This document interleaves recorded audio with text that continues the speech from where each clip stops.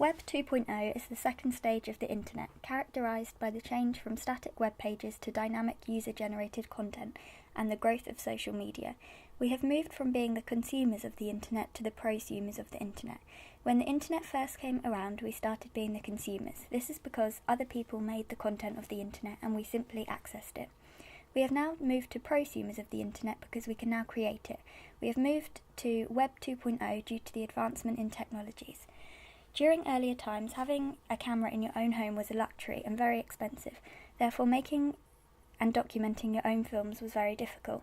We are now during the time where cameras such as DSLRs and different versions of GoPros are now easily accessible in different places such as Tesco's. These products are priced reasonably and therefore makes it easy for us to create our own content for the internet. We also have access to free sites that create our films, such as Windows Movie Maker, which comes as a default process when you buy a PC.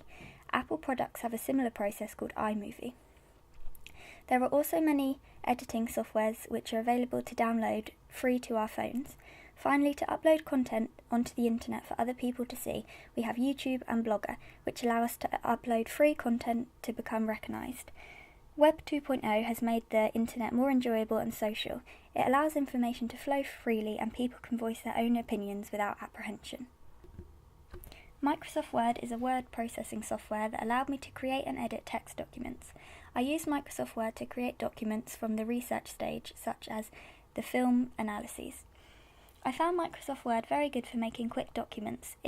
If I was typing quickly and made a few mistakes, the processor would highlight the mistakes to me through a line beneath the mistake. It was then easy for me to correct them by right-clicking on the mistake and choosing the correct option. I found it easy to align my text on the document to make it look professional. One thing that I did find difficult on Microsoft Word was trying to use the auto-numbering system and bullet point system. I found they had a mind of their own, especially when trying to edit them. Microsoft PowerPoint is a presentation software that allowed me to present my work graphically through a PowerPoint. It allowed me to show my work visually to make it more appealing. I also liked how, by using separate slides, I could break up my work to suit the points I was covering. I found it difficult to embed YouTube clips onto PowerPoint, as it often made the system slow, or I simply couldn't find the YouTube clip through PowerPoint.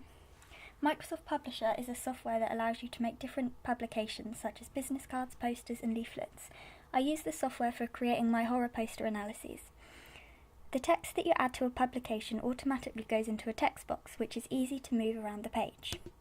A disadvantage to Publisher is that I found it hard to keep my text aligned so that it looks professional and neat. We used a DSLR camera to film our trailer. We found this to have the best quality of filming and therefore our footage looked professional. It also had a good battery life, however it was quite heavy to carry around with us whilst filming. The tripod worked well because it allowed us to get good camera movements, such as the panning shots. It also made sure the camera was steady whilst filming. However, we did find it difficult to adjust the height of it, and therefore just holding the camera allowed us to get the exact shots we wanted. The SD card allowed us to save all of our footage. We found it was quick and straightforward to transfer the footage from the SD card to the computer. However, because we borrowed it, it already had lots of other footage on it, and therefore it took time to find the footage that we needed. The Zoom recorder is used to record audio footage. I used it to record this evaluation question. I found that the sound quality was really high, however, because it's so sensitive, any slight movement caused a lot of crackling within my footage. Photoshop is a software by Adobe that allows you to create graphics and edit pictures. I used Photoshop to create my magazine cover and poster. I found it worked well to edit the pictures I used for the film poster. Camera Raw Filter was a good tool for making the pictures I used stand out. I did find that Photoshop's documents take up a lot of storage and therefore it took a long time to save. We used After Effects to edit our titles for our trailer.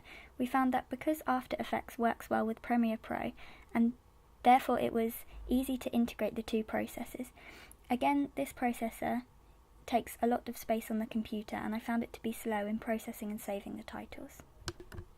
Premiere Pro is a timeline-based software that allows you to place video clips together. We use the system to create our film trailer. One advantage is the amount of effects available to be used. We found the effects to make our trailer look professional, especially the transitions and the colour overlays that can be added. One disadvantage that we found was that when we edited the trailer at home, we had a different version of the system, and therefore when we tried to continue working on it at college, we couldn't carry on from where we left off on because we had an older version. This meant that we had to re-edit the parts that we had already edited. Flipsnack is a presenting software that allows you to upload PDF files and change them into flipbooks. This can be then embedded onto our blogs. I used Flipsnack before uploading a Word or PowerPoint document. It made them look more visual on my blog. I found it very easy to embed the document onto my blog because the embed code was easy to find. However, when uploading a PDF file, it took a while for it to load into a preview. Prezi is also a presenting software that allowed me to create documents that are very visual. I can add the content straight onto the document without having to create a Word document first.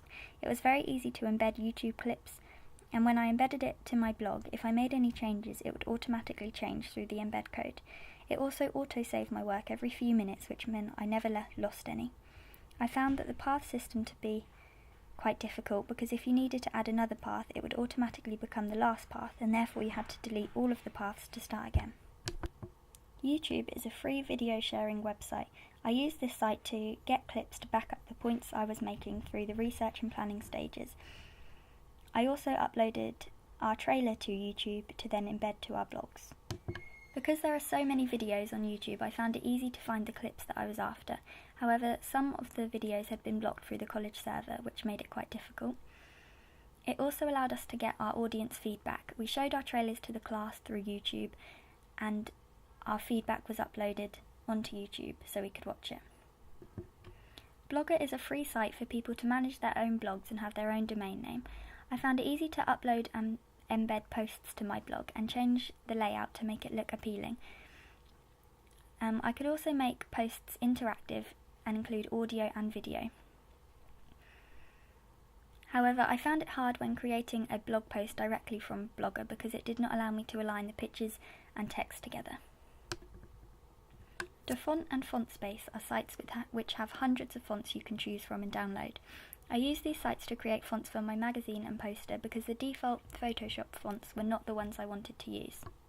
There were so many options of both sites which allowed me to find the right fonts. However, it was time consuming because I had to create the font and then use the snipping tool to transfer the font over to Photoshop. The snipping tool allows you to cut anything out from the computer screen that you are using. I used it to get the fonts from Font and FontSpace. I liked how you didn't have to save the font, you could just copy and paste it onto Photoshop. However, when I did this, it always had a white background which I then had to erase using Photoshop. We used Google Forms to gather our audience research. We created a questionnaire and then shared the link to people so they could fill in our forms. This meant that we could have a wide range of people answering it, and it was very easy to just give them the link. Each person was only allowed to complete the survey once, so if you accidentally clicked on the link, didn't fully fill it out, and then tried to re-access it, it wouldn't allow you because it automatically thought you'd already answered it. These technologies have made it possible for me to develop my creative skills to create successful products through the different features that they all have. Through all the stages, I found a processor or technology that allowed me to achieve what I set out to do. My skills have also developed in the processes that were new to me and I have not used before. Before this year, I had not used Premiere Pro. However, I did have a basic understanding of how a timeline-based software works through my knowledge of Windows Movie Maker. I understood how clips go together in a sequence and how you can add transitions between clips. This helped me to have basic knowledge of Premiere Pro.